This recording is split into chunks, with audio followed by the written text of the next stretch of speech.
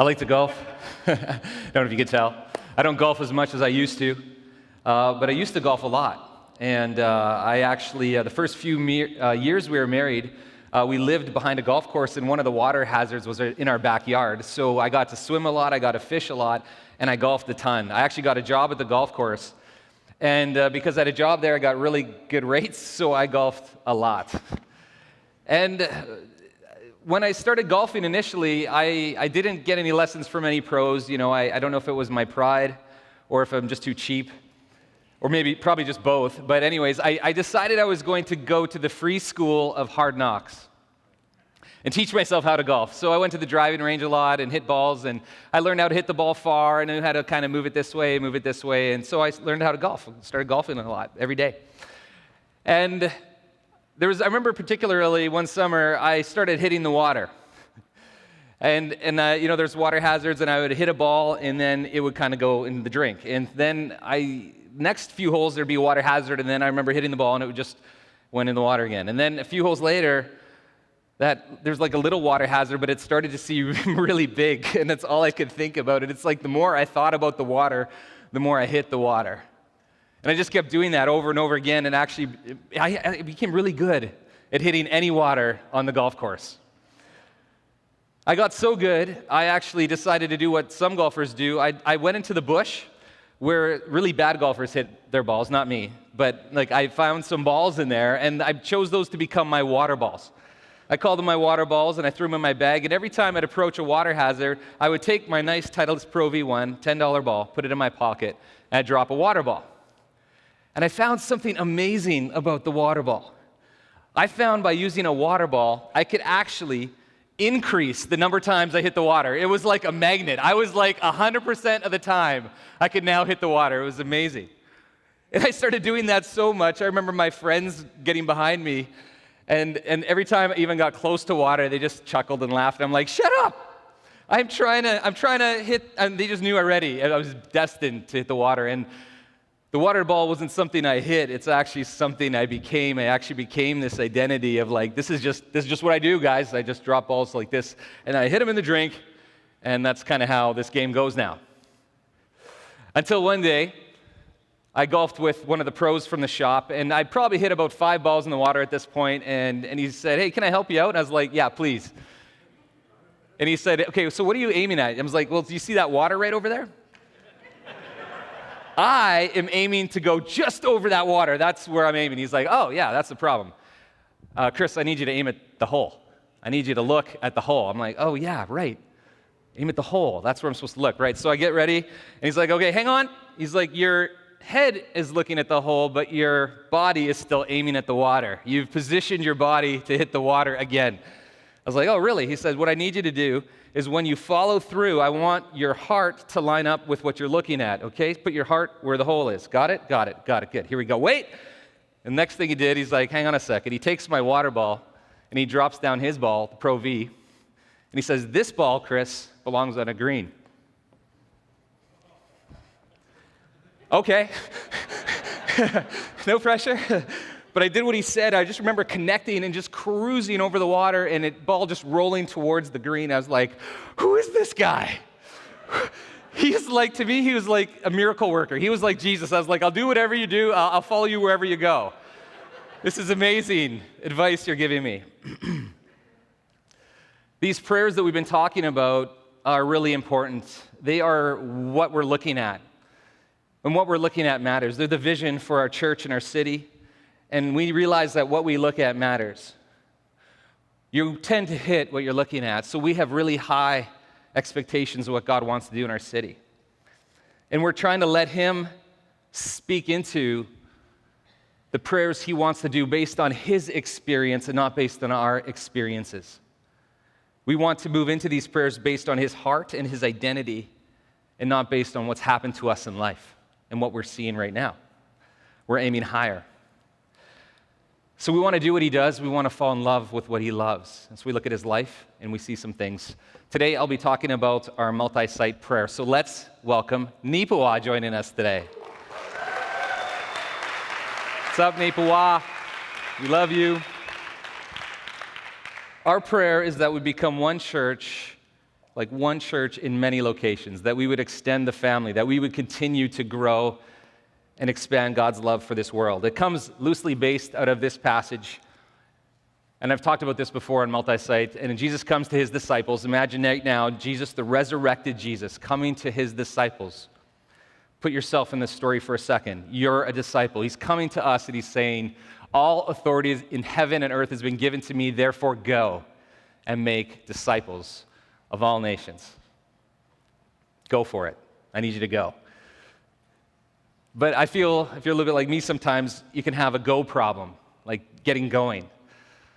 And that's often because we're looking at our experience instead of our calling. I remember starting to change the way I played golf because I wasn't looking at the hole anymore. I decided to change how I played because there was fear based on my experience. So I started to lay up in front of the water because then maybe I had a better chance of clearing the water with my next shot. That didn't really work. I just aimed lower and I ended up hitting my expectation. Jesus is calling us into really high places. When you think about the type of disciples who's like the grip it and rip it disciple versus like the disciple who's like the layup golfer, who comes to mind for you? I was thinking about Peter, and I'm like, yeah, Peter for sure. He's the grip it and rip it guy. He's like, I'm the first out of the boat. I'm telling him, like, I'm doing this stuff. I'm like going first. And what I love about Peter is that he goes for it. He goes for it, and in this commission, he ends up going for it. But let me suggest to you today, that's not actually maybe who he always was. That maybe it happened actually after he got around Jesus, and Jesus started to transform his heart, build into him, and he became the type of guy who just goes for it. I want to be somebody who goes for it and doesn't lay up anymore. I don't know about you, but fear has stolen my dreams and my destiny for too long. So I want to go for it. I want to be like Peter. And today I want to maybe summarize some things in Luke 5, Luke 6, John 21, summarize some ideas as we look at the life of Peter. I don't have a teaching today as so much as I have a message for our church. And the message, as we look at Peter's life and you see what Jesus does, is we might start to see ourselves moving towards going for it and risking everything for him. We've talked a lot about these prayers. It's been about 8 weeks now, and I think we're moving past the point of understanding, and I just want us to get into movement because so often I think understanding comes after we move sometimes. So we want to move into this stuff. I want to move into it and continue to change and impact our city. When we first find Peter, I think he's a little more like the layup golfer than he is the go-for-it guy. And I got some reasons maybe why, just hypothetical.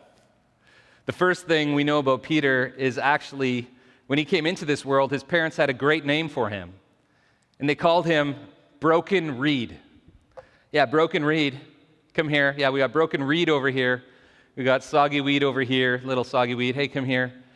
Not great names for a family. You could see maybe just the type of level of expectation and hopes and dreams this family has for themselves. Maybe.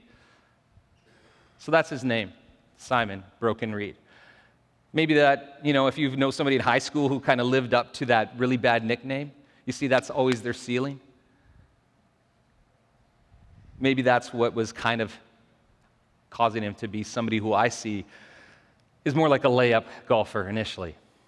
And then what I see happening is when Jesus first meets him, Peter is on a boat. And there's some things historically about Peter being on a boat. It's not something just a job that he chose to do. It's actually an occupation that his culture has placed him in. Hebrew boys at that age would basically, for the first many years before bar mitzvah, would memorize the first 5 books of the Bible orally. They could just say every book of the first 5 books. And so if you're good at that, you graduate to the next level of school, of rabbinical training, laws, and teaching. If you're good at that, then you might become somebody that maybe one of these disciples one day might choose only like the best 1 or 2. And if then you follow in the ways of the rabbi, you might become a rabbi. Every Hebrew boy wanted to be a rabbi. It was like when rabbi walked by, the teacher, we want to be like the master. This is who we want to be like. It was like Superman. This is who I want to be like. But when we find Peter, we find him on a boat. See, the ones who didn't quite memorize the 5 books of the Bible right, aren't the educated, they end up doing what their dad always did. And Peter's on his dad's fishing boat. Jesus meets him there. He goes to him. He gets on the boat. He preaches a message. And after the message, he says, hey, Peter, what I want you to do is throw your nets onto this side of the boat. This is my other reason why I think Peter, at this point, was still more of a cautious layup type of person because of his response. It's not the full of faith, you bet, I'll do what you say. We're going to catch fish here. No, his response is all the reasons why this isn't going to work. No, actually, Jesus, I've been fishing all night. No, you don't really know how it is. Like, this is kind of my lot in life. This isn't going to work. And Jesus calls him and he says, I want you to throw your, but, to humor the rabbi, I'll throw my net over the other side. And he does, and Jesus fills his nets. And this miracle actually scares Peter a lot. He is terrified. And his response is, get away from me. Get away from me. I'm like the sinner kind. I'm in this lower class. You are like a saint. You are like a rabbi. These two circles don't belong together. And Jesus says this. He says, do not yield to your fear. Do not yield to your fear, because I'm calling you to be a fisher of people. And he gives him this new vision of his life, not based on qualifications of Peter's experience. It's just based on Jesus' calling for his life. Peter gives up everything and follows him. But he had lots of reasons why that wouldn't work. Get away from me, I'm a sinner.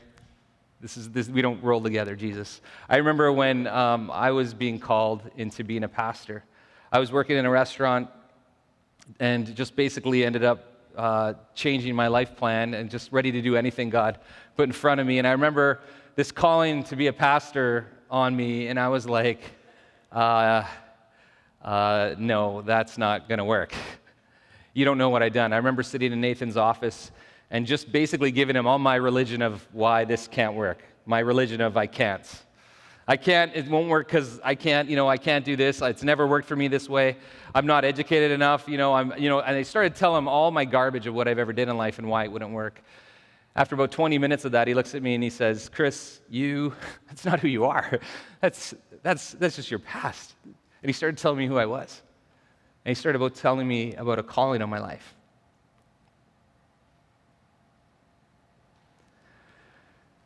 Identities that we form based on our experience are always going to reduce us to our experience. Identities that are formed on Jesus' calling are going to form us into having his experience.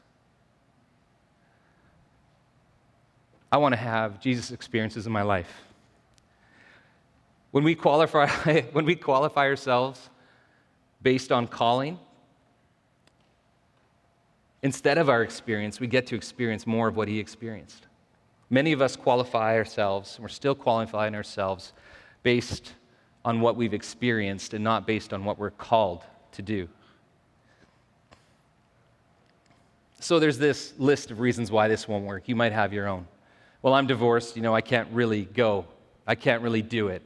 I'm not really, I haven't been in church long enough. I don't really have, I have a lot of sin in my past. You just don't know who I am. You don't know what I've done. You don't know what's happened to me. And we have lots of reasons why we can't do it. And we build this religion of I can't. And Jesus is still calling us to go. This first identity shift for Peter happens when he steps into what Jesus is calling him, not based on what he's experienced to do, just based that he's being called. He's calling me. He gives up everything and he follows him. When we align who we are with what Jesus sees, we start to see that we're qualified based on what he's called us to do. The second identity shift I see happening with Peter happens, I think, when he starts to shift out of being a water ball layup type of person, and Jesus gives him a new name. Basically, Peter follows Jesus. There's about 70 or so disciples at this moment that are following Jesus. And One day, Jesus calls him out of the 70 and he says, hey, broken reed, come here. And I could just imagine Jesus, the creator of the universe, in human form, standing in front of his creation, going, who called you that? Who said you were that? Who named you that? Who told you that? That name's not going to work for what we're doing. You're going to need a new name. It can't be broken reed anymore. From now on, I'm giving you a new name. Your new name is The Rock. Isn't that cool? The Rock, like I love The Rock. I'm sorry, Dwayne Johnson is awesome, right? Like The Rock is amazing. I'm man-crushing on The Rock. Like he is like the coolest dude. I feel like The Rock gets movies just because of his name. Like he gets the action hero movies, the redemption movies, just because he's called The Rock. But like he's immediately typecast into that. But what if his name was like Soggy Reed? Here's Soggy Reed, Dwayne Johnson. Probably more comedies and satire, making fun of himself, than heroic redemption stories, yeah?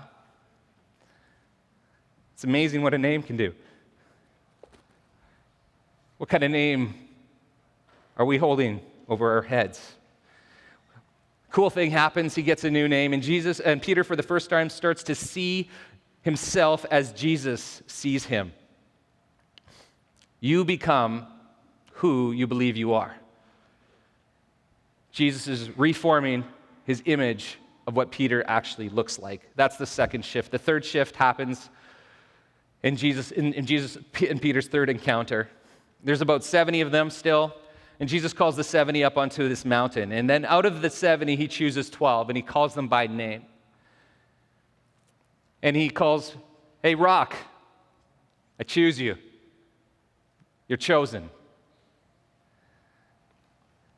And I believe that's actually the third shift for Peter in his identity, where he starts to become the type of guy who goes for it. He's now the grip it and rip it guy, I'll think later.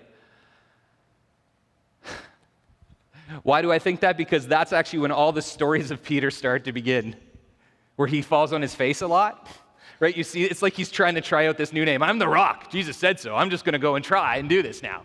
I'm going to walk on water. I'm going to go and do this. I'm going to call down fire over here. He's trying to live into this new thing, and he's just falling and falling and falling. And you ever try to step into something new? You have a lot of failure at first. And I think this is Peter actually starting to step into this new identity, just step into his actual calling of who he is. And he's falling on his face, but Jesus is just picking him up, and he just says, you're the Rock, man. You're the Rock. This is the first time he starts believing what Jesus has declared over him because he heard Jesus choose him. I started to say some declarations, some things Jesus has declared over my life recently. I'm tired of agreeing with things that he hasn't said about me, and I started to declare things over my life that he has said about me. And I tried this out not that long ago. I had these declarations, and I had one of these declarations I was going to try out. So I went onto the grass over here because I was going to start saying this stuff out loud. People on staff already think I'm crazy, so I go hide. I'm going to go do weird stuff now, guys. I'm going to go talk to myself and walk on the grass. So I'm walking out there by myself, and I'm talking to myself, and here's my declaration I was practicing that day. The Holy Spirit is going to lead me to people who are ready to give their lives to Jesus. So I'm walking out there, I'm just repeating that over again. The Holy Spirit, you're leading me today to people who are ready to give their lives to you. You're preparing me right now to lead people to Jesus. I just believe you're setting me up. I'm just saying this and trying to get my heart to believe it. I walk for no more than 5 minutes to just behind the sheds here, and I come to a guy who's sitting out there. He's drinking a beer, and I'm like, hey man, how's it going? And we start talking. He says, hey. And so he's like, hey, what do you do? And I'm like, I work at this church over here. I'm a pastor. And he's like, oh, wow, church. You know, I went to church once. And when I went to church, the preacher one day was talking about giving your life to Jesus. Is this happening right now? Am I getting set up? Is this a God joke? Yeah, okay, yeah. He's talking about giving your heart to Jesus. And I went forward at the end, and And I said, hey, that prayer, I wanted to talk to you about it. And the pastor said, you know what, come back next week. Now, I don't know what this guy actually heard, and I don't know what he actually said. I'm just listening to what he said. And I'm just feeling like this is the moment. I'm ready. So I'm like, this guy needs a Jesus experience. So I asked him, hey, do you have any, it looks like you have some issues going on there. Do you have any problems in your body? Do you have any pain? He's like, yeah, I have arthritis in my knees. I'm like, can I pray for you? And he's like, yeah, please do. So I put my hands on his knees and I pray for his knees. And he's like, whoa, I'm feeling like some cooling sensation happen. Wow, what is that? I'm like, oh, wow, Jesus is touching you right now. That's cool. And then he takes his hat off, he puts it on his chest, and he says, Chris, can you lead me in that prayer I never got to say? Wait, is this a joke? Are you setting me up? I was like, man, dude, do you want to give your life to Jesus right now? He's like, yeah. So I led him to the Lord. Now, the question I have is, did it happen because I said it? Or was it just the fact that I was preparing myself for a moment so I wouldn't miss the moment? And God saw the moment, and he said, you're ready. And he put something in my path that I could step into. I just feel like it's a practical joke. Like God's trying to get me to see that these things matter, how I see myself and what I say about myself and what he says about me. A few weeks ago, I continued in the declarations. The second one I had was about my family. I said, when my family sees my life, they're going to want to know more about Jesus. They're going to want to know more about him. Later that week, I get a text message from my brother. He's my older brother. He lives in Alberta. We don't talk a whole lot. We probably text 3 or 4 times a year. We never talk about spiritual things, and we've never talked about what I do here. And he's like, I get this text message, hey, can I call you? I'm like, yeah. He calls me, he's like, so this weird thing happened today. One of your sermons came onto my Facebook feed, and I watched it. No way, that's weird. Yeah, and Chris, I got to tell you, you were made for this. You were made for this. I was like, wow, thanks so much. My brother's just building it to me. Now, it's like God is just showing me, he's just like, see, this is who you are. I want you to believe, I want you to have a high expectation for your life. I don't want you to aim for the water hazards anymore. I want you to aim for what I'm aiming for. And he sets us up to enter into these moments. What happens when these prayers that we pray move to declarations that we say? We start to own what we're talking about. We see ourselves invested in the story.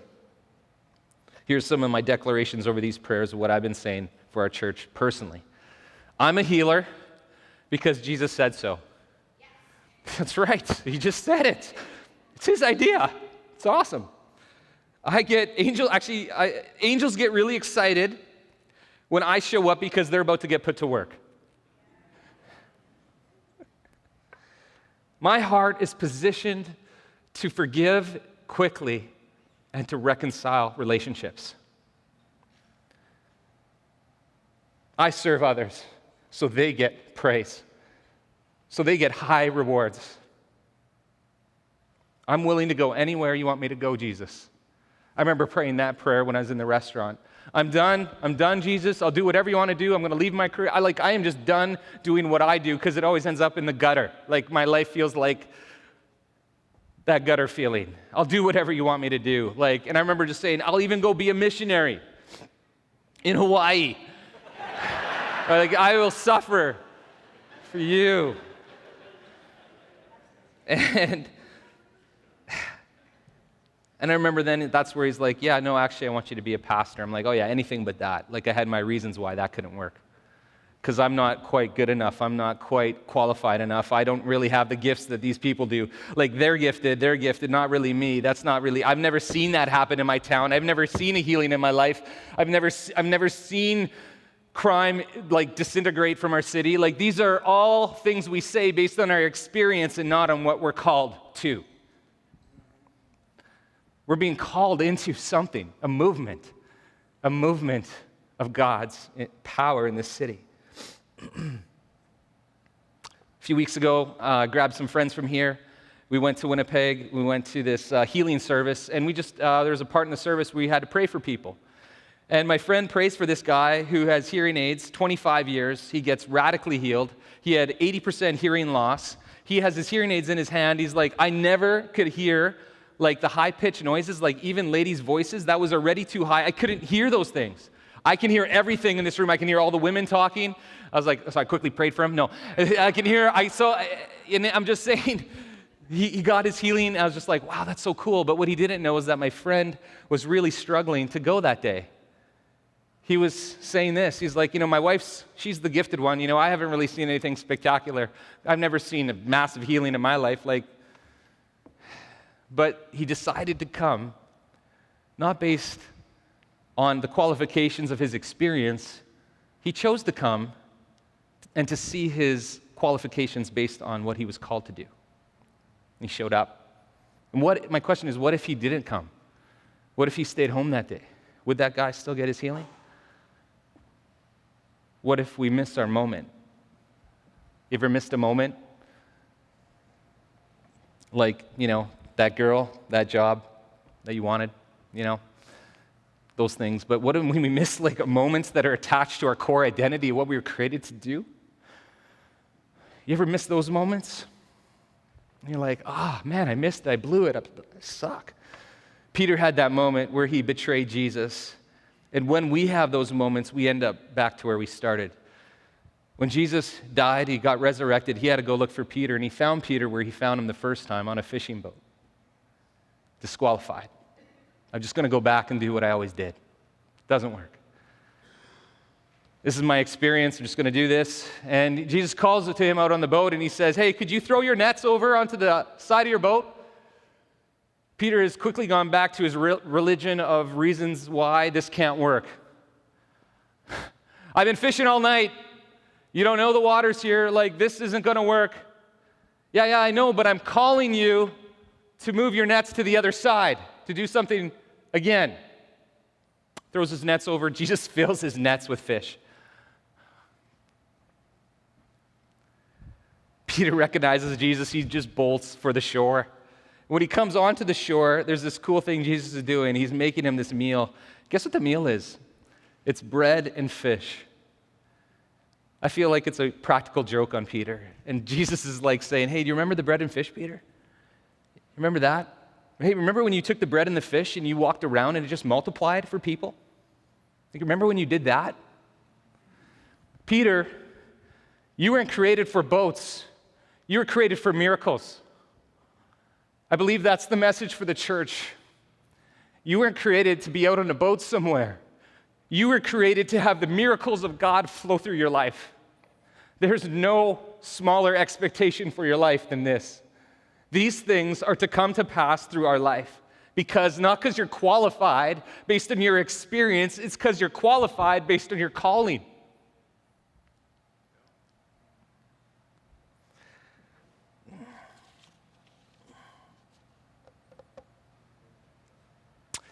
So, we can kind of miss it, and we can kind of feel like we're out in the boat sometimes. I can resonate with that. But I got news for you. Nothing can disqualify you. Jesus will show up where you're at. He's going to fill your nets. He's going to remind you of your miracles that he's done in your life, and he wants to do again. Nothing can disqualify you, ever. We're going to take communion, and this is such a great picture of why we're qualified. And I think what's important for us to step into things is just remembering what God has done for us. To see the time where he first met us out where we were on a boat, disqualified, feeling uncalled. And today, for the first time, as we sing this song about God's love for us, the type of love he has to come and find us in those places where we're disqualified, I want you to engage with his love for you. We're going to come forward. You're going to take the elements. I'd love for you to resonate on God's love for you and his qualifications for you. I'm going to take the elements. We'll come back up after the song. We'll take the elements together. Maybe you feel like you've blew it, or sometimes you feel like you're disqualified, here's what Jesus says to you. Matthew 28, this is right after Peter has betrayed Jesus. Jesus finds him on the boat, and he says, hey, I want to meet you guys in Galilee on that mountain. You know which mountain I'm talking about. This is where it all started. I want to meet you there again. And they meet him on this mountain, they give him this commission.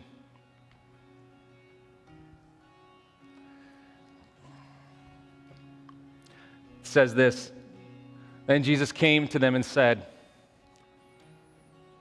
all authority in heaven and earth has been given to me.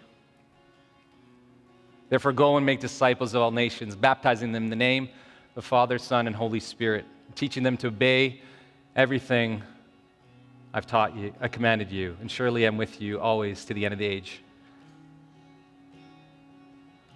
The verse we missed there, it says this. It says, then the 11 disciples went to Galilee to the mountain where Jesus had told them to go. And when they saw him, they worshiped him, but some doubted. Then Jesus gives this commission. All authority has been given to me, so go make disciples. Some of you have reasons why you feel you cannot go. He looks at those reasons and he says, actually, I take that authority, all authority has been given to me, so now go. I take your reasons why you can't go, and I say, go. Do this. Interesting thing about this mountain is it's said that this is the mountain that Jesus chose his disciples on. The same mountain. This is where it all started, guys. Jesus, when he finds us and calls us, he doesn't take us back to where he found you. He takes you back to the mountain that you were called on. When you feel disqualified, he says, okay, I'm not going to find you on the boat. I'm going to move you to where I chose you, to the place that I chose you. Remember this? This is why you're qualified. This is why. It's so interesting that it said there, I don't know, I've never seen that part before. It said they worshiped him, but some doubted. It's a really big calling for your life when you look at it based on your experience. But if you can switch it and go, it's not based on my experience. I'm not qualified because of my experience. It's qualified because of my calling. It changes why you're called to go. And Jesus says, it's because of this. It's because of my body. It's because of my blood. This is why you're qualified. I did it. It's my experience, and I've called you. So do this in remembrance of me. This is my body that I broke for you. I gave up everything for you.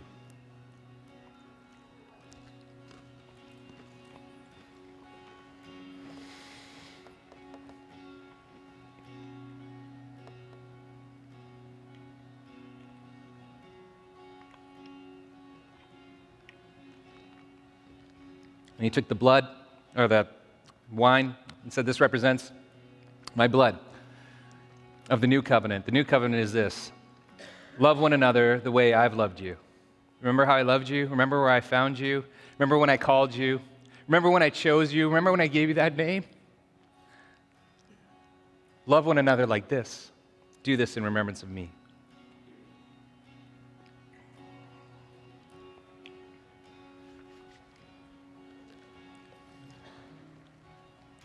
Today you get to choose if you're qualified based on your experience or based on your calling. And I feel like Jesus is just literally choosing people right now that maybe have avoided the question for a while. And so we have a prayer team here, a ministry team. And if you haven't experienced Jesus this way, if you feel like you've been dodging the yes question, like, yes, I say yes, I'm chosen, then I want you to come and just talk with my friends here. They would love to pray for you and bless you. And Jake's going to sing this song just for another minute. And here's what I believe Jesus is doing in the room for a few of you. It's this call that says, I will go wherever you want me to go, and I'll do whatever you want me to do. It feels like we're surrendered until we put specifics to it, like, Jesus, I will go to Neepawa if you want me to go. I'll go to Dauphin if you're calling me there. I will go and do whatever you want me to do. And I'm just going to allow Jake to play for another minute. And if you're feeling like you're ready to just feel surrendered enough, come for prayer, and we just want to bless the moment like God's calling you. Pray with me. Father, thank you for stirring our hearts today. And we just want to lay our whole heart with you and just basically get to this place where we just say, I'll go wherever you want me to go.